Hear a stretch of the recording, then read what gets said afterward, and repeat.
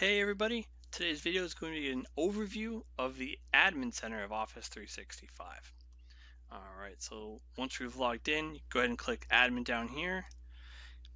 And now you're in the admin center. So on your left hand side, you're going to see a bunch of categories: users, groups, resources, health, reports. And then at the very bottom, you're going to have another thing called admin center. And this is going to be for your Exchange, Skype for Business, SharePoint, OneDrive, Power Apps, Flow. Just depends on what you guys have going on. So I'm going to do just a general overview of the admin center and just kind of touch on a couple things that I like to check on. So from the main page, you can see you can go add a user, delete a user. You can look at your billing, the software. You can actually set your download settings and defaults for people.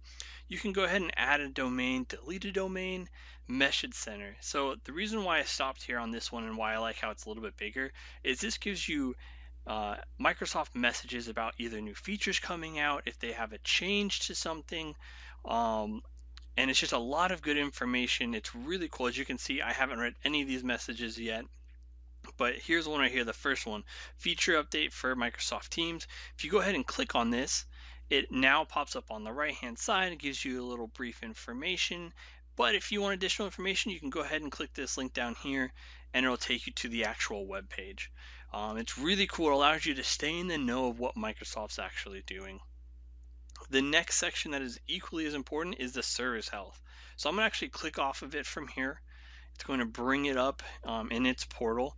So as you can see, everything is healthy, which is great, which is exactly what you want to see. But the reason why this is so helpful, I feel, is that at any point in time, a user could have an issue in your department or in your company, and you're just like, this doesn't make any sense. What's going on? And you can come in here and you go, oh, that's why so and so is unable to log in because the portal is having an issue, or the planner is having an issue. So we can kind of go back and look at some incidents. Was viewed the last 30 days. As you can see, there's a decent amount of issues. Look, there's one yesterday for Skype for Business, audio conferencing issue. If you go ahead and click on it, it gives you the user impact, the latest messages, and everything that's happened within there. So as you can see, if you comb through these, or even if you go in there when there is an actual issue, you're going to notice that they actually give you a lot of information. If you're noticing an issue and you don't see something here, let them know. They can only update this when people report issues. Don't think that, oh, someone else is going to report it. There's been plenty of times in my environment where we're having a person that has a weird issue. We go ahead and give Microsoft a call and then go, okay, let us look into it. Next thing we know, there is a new service issue and we can actually view it from the main portal here. So it is good information. I'm gonna go back to the home page again. Scroll down. This is pretty cool. Active users. You kind of see how people are using different apps within Office 365. Some training videos here. If you guys don't like this one, you can feel free to watch one of those. You also have devices that can do some remote data wipes and set policies.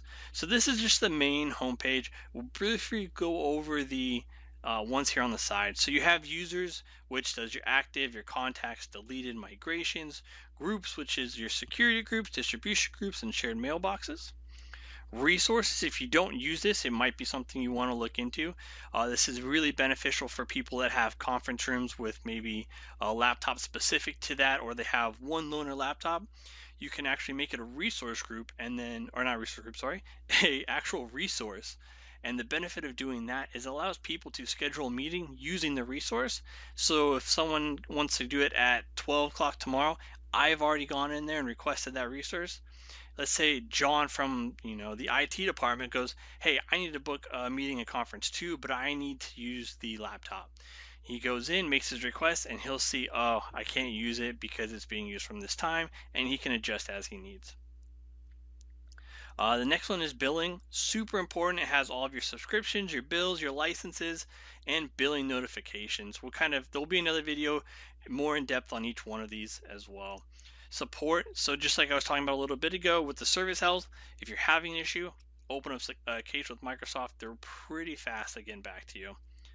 You have settings, which does some more domains, security and privacy; your organizational profile, which there'll be some videos on that one as well; setup, And again, this is more product stuff that you can purchase for Office 365. Domains, migrations, reports is another good one. Gives you similar to this one here, except you can get into, how many, who's sending the most IMs and who's having the most data in their OneDrive, who's using it the most. You can kind of target them to help, train other people within your company. And then the health is the last one. Again, that is your service health. But other than that, this is just a brief overview. If you guys have any questions, if there's something that you feel I missed, feel free, drop a comment in the video and I will touch on it or create a video specifically for it. Thanks, guys.